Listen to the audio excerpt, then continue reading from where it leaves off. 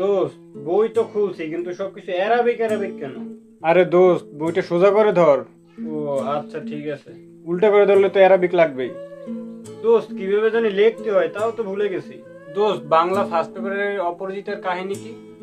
অপরাজিতা movie তো দেখছি, সাইফ আলী খান থাকে। আরে দোস্ত, মুভি না তো, এটা তো গল্প। অনুপম না কি জানি থাকে। হয়, এই গল্প তো আমি জানি। অনুপমে ডিভোর্স হয়ে যায় ওর বউর সাথে। তারপরে ইন্ডিয়ান একটা নায়ক ওর বউরে বিয়ে করে ফেলায়। এরপরেই তো গান বের করলো, তুমি যারে ভালোবাসো। অনেক স্যাড স্টোরি ছিল ভাই। দোস্ত, এইগুলো তো মুখস্থ করে রাখতে পারবো না। দাঁড়া, তো পড়তে হবে না, ব্যবস্থা করছি। ও দোস্ত, তুই যেভাবে কইছো ওইভাবেই টুকলি কাটতেছি। এইগুলা কি? এইটা কি? টুকলি। কি? টুকলি টুকলি।